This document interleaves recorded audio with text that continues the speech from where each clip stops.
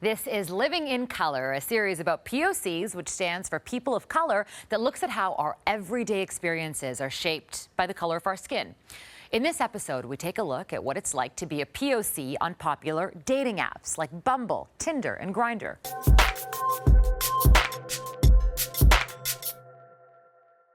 Welcome to Living in Color. I'm your host, Farah Nasser, and today we're joined by Hadia Rodrigue, Andy Huang, Haran Vijay Anathan, and Tasha Wilkes. And they are all PoCs, all in the dating scene on dating apps. Now, in a blog post by one of OkCupid's co-founders, he compiled statistics that showed that when it comes to race and attraction, Black women and Asian men are found to be the least desirable compared to other races. So let's get right into it. Hadia, I'm going to start with you.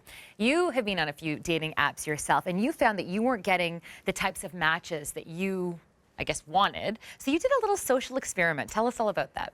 I did. So I'd been on OkCupid, as one does, joined, in a pit of desperation at New Year's Eve, and signed up. In my first 3 days, I got about 5 messages, and this doesn't seem like the flood of messages that people had described you would get when you'd sign up for these dating sites as a woman.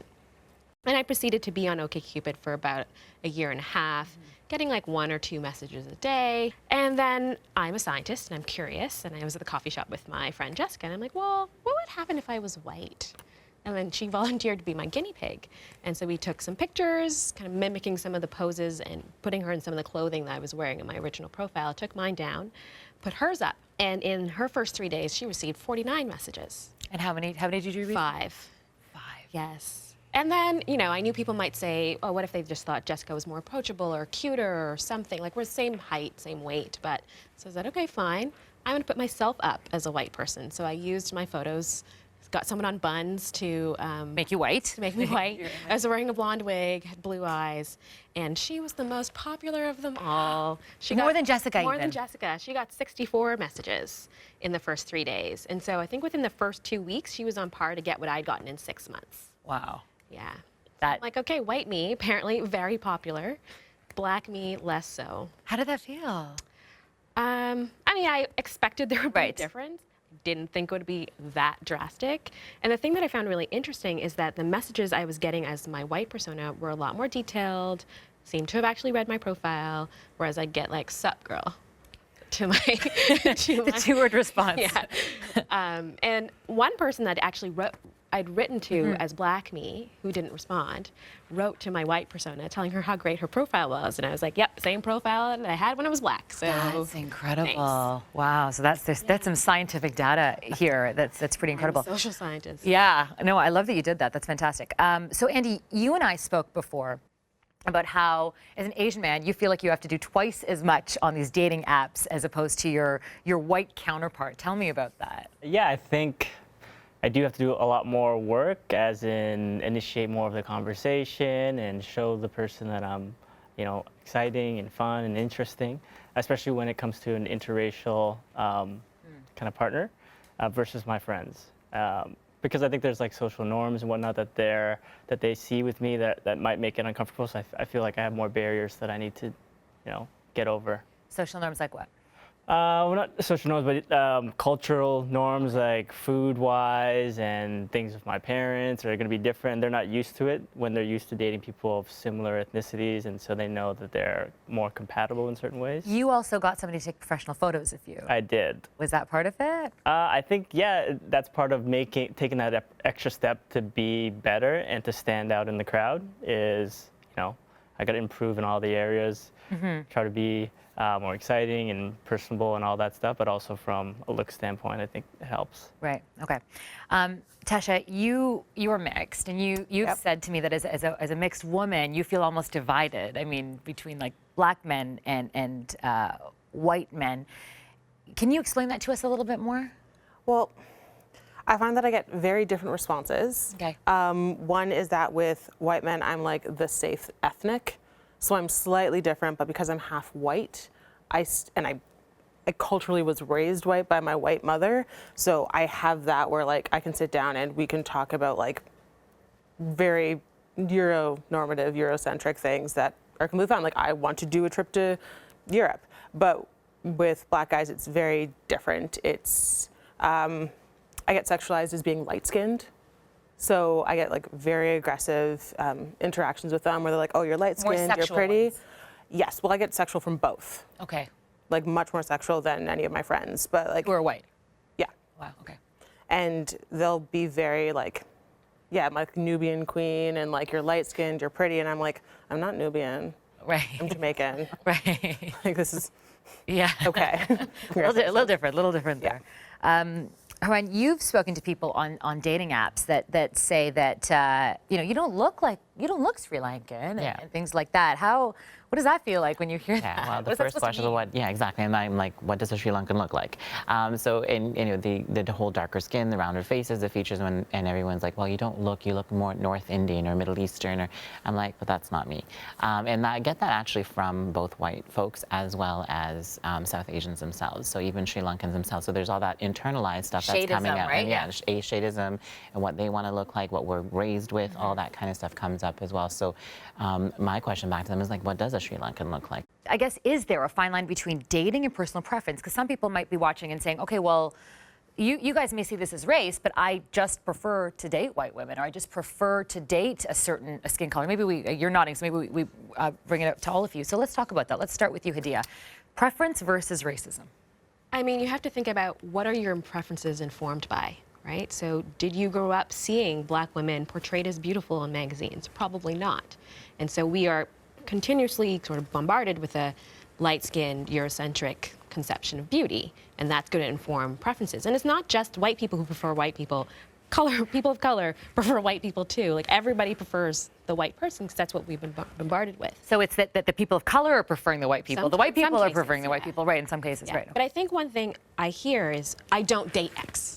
Right. Or I don't date Y. I'm like, have you met Idris Elba? Like, have you seen him? Like, what do you mean you don't date? As in, all black guys are not the same. Yeah, so not it's one thing to say, brush. I generally tend to date X, or in the past I have dated X, and that doesn't seem as exclusionary as someone just sort of ruling out an entire category just kind of off the bat, not even considering that there might be someone in there that is compatible for them. And so I think you can kind of tell with the way people phrase things, sort of how closed and how open they are. So if someone's like, well, I've typically only dated blondes. Right. That's a lot different than saying, I never date brunettes, or I won't date brunettes. And so I have a lot of trouble when people have those kind of exclusionary restrictions in categories. And I'm like, the love of your life might be 5'4". Maybe he's not 5'8". Right. And you're cutting him off just because you don't date short guys. I also want to point to the exact opposite, where you'll have people who are like, well, I only date black women. Okay, so it's almost a fetish thing, or No, it becomes a fetish, or I only date Asian women, or like any of the alternatives. Like I can think of one person specifically who I know who only dated gay black women and then sexualized them publicly and treated them horribly. And why they were doing that was because they didn't want to be racist. Yeah, and so it totally is, how you phrase yourself. And so on Grindr and places like Scruff, you get some really blatant stuff that's being said in that no rice for no Asians, or no curry for brown folks, or no Indians, or That's really disturbing, by the way. It is. It absolutely is. And so we did some work at ASAP around this as well. And these are the kinds of information that are being fed to folks who are on Grindr. And even with me, for the comment that I said, I think people would sort of dismiss you or block you as a result of your race or ethnicity, and they're like, no South Asian, no brown guys, only blacks and only Latinos. Like they're very, very particular and very, very specific, and the way they put that out there. I know, those apps only have like 40 characters or maybe 25 characters, but there's nice ways of saying things and phrasing it so that you're not offending somebody. Like no curry. No curry. That's awful just way to say things. Yeah, that's racist. Right. Yeah. I tend to agree. Andy, your thoughts? Do you think it's personal preference? Do you think it's racist? What do you think? I haven't seen much racism in my experience. Right. So I have a lot of friends that date specific people. Like I have white friends that only date white people, and I love them, and they're great friends, and they treat me just as if they treat their other friends, but they date specific races. It's more of a preference thing, in my opinion. So, I don't think they hate Asians or they don't want to date Asians. It's like a safe bet, right? They know, someone that's similar to them. Culturally, it's going to be easier moving forward. So I don't think it's a racism You don't thing. see it It's as- more preference than racism. Unless they say something really rude, or, Right. if their preference is they don't like dating Asian guys because maybe they've had a bad experience or they don't like the look, I'm not going to blame them or hate them because of those reasons. Right. But if they say they don't want to date Asian guys because they think we smell or something, Right. then that's different. Right. But I've never You experienced never that before. That's good. You know, racism or people who are racially insensitive online versus how they are in person. I mean, do you think this translates in person, or do they feel more comfortable online saying things like no race? I think you're a bit more braver online Right. when you have that screen to protect you, but it does play out in society in the way they talk to you. I mean, I've been on a date where a guy happened to be white, and he fetishized me and said, "I like this part of your skin and not this part of your skin." And I'm like, "Pardon me, do I look like chicken? Because this part of my skin was darker, and then the lighter skin."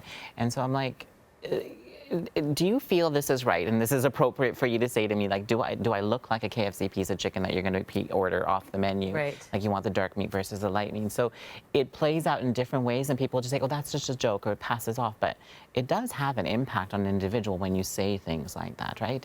And you're only liking bits and pieces of that person rather than that person for who they are. Right, or generally you like Yeah. them because of their skin color. Like I have somebody who's like, you know, Indian women are the most beautiful, or Yeah. that kind of thing.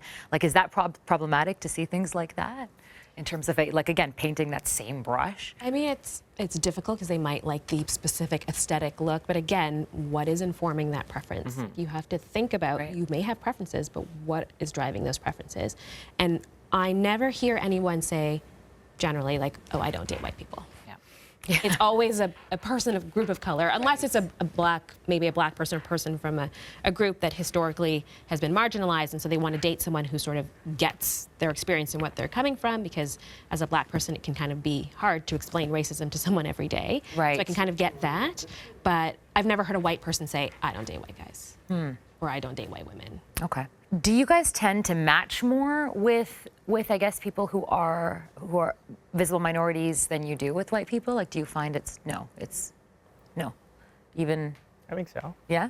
Yeah, it's easier for me to match with Asian women than it is for me to match with other ethnicities. Like, black people definitely probably least attracted to me, then followed by white women, and then Asians were most attracted to me. You were telling me about a trip you recently took? Yep. Tell me about that. I found that kind of interesting. You took a trip and you matched with all these women. Yeah, so I was in Southeast Asia, and obviously there's a lot of Southeast Asian women there, and I think maybe it's the scene in Toronto, and it's not as active, but over there, you know, I turned it on for a couple hours and I checked, and there was like 30 matches, and I've never seen that in my life. Right. So I don't know if it's because of the country I was in, or Right. is it because maybe I'm more appealing just to Oriental women? Yeah. Okay. Where do you think this all comes from? I mean, you mentioned, we've been talking about this a lot, Hadi. You've brought this up a lot. But even like, let's start with you, Tasha. Like, where do you think this kind of feeling comes from when people say things like no rice, no spice? No, is it spice? No rice? No rice is, I know spice was hers, but Right.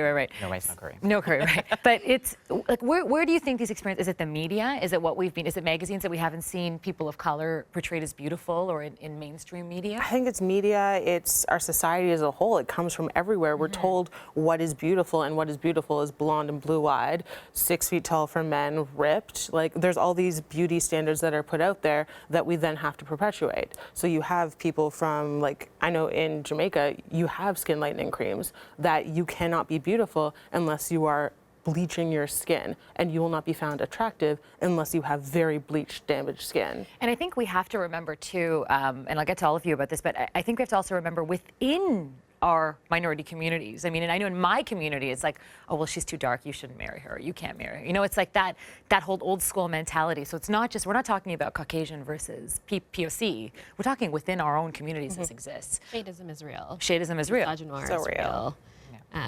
But there are a lot more Blasian meetups. So they're having these meetups where they have, because black women and Asian men were the bottom of the Really? barrel on OkCupid. Right. And they will have meetups where they Blasian. match. I love it. Match them up. Like, you show up if you're a black woman or you're an Asian man. And so I think we're gonna have a lot more Blasian babies. I was just gonna say, that would be awesome.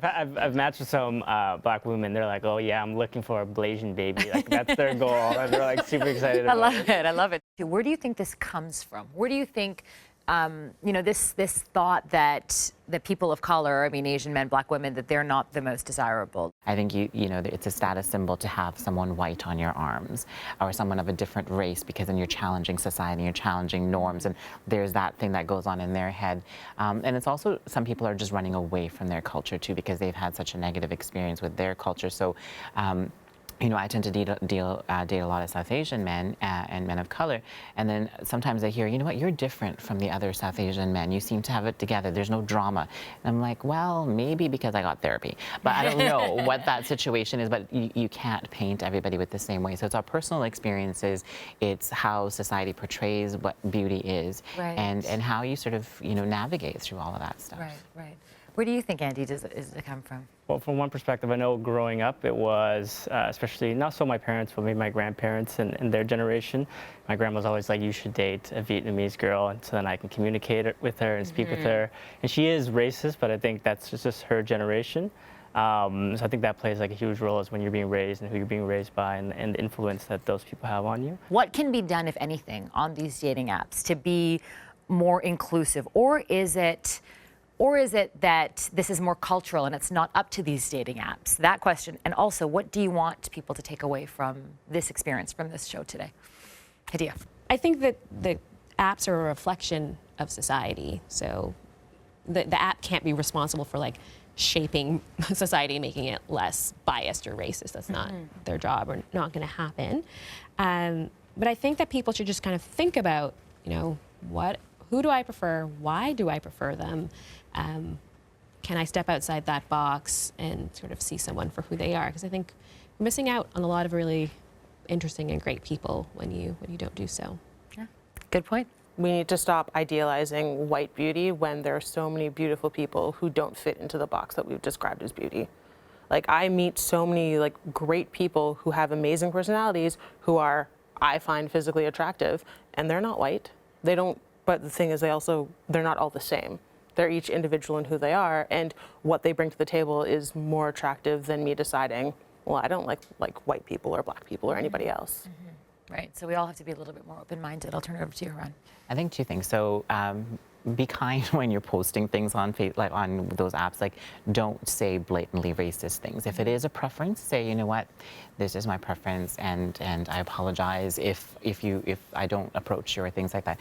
And for the person who's using, my advice is, and what's worked for me is, if you go onto my Grindr profile, it actually says, this is who I am. I'm neither masculine nor feminine. This is my identity. This is who I am. Take it or leave it.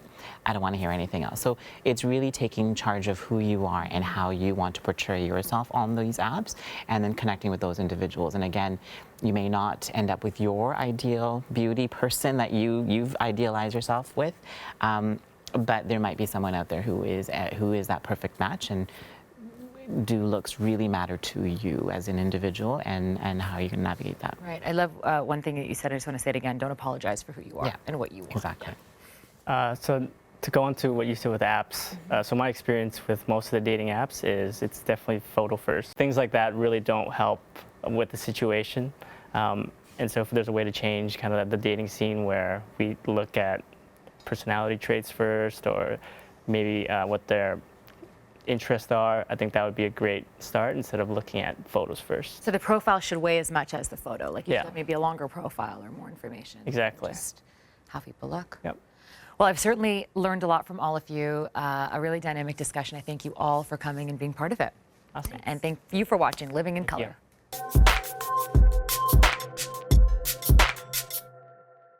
Thank you for watching Living in Color. If you enjoyed the show, please subscribe to our YouTube channel. And if you have an idea for a future Living in Color episode, we'd love to hear your thoughts. Please leave them in the comment section.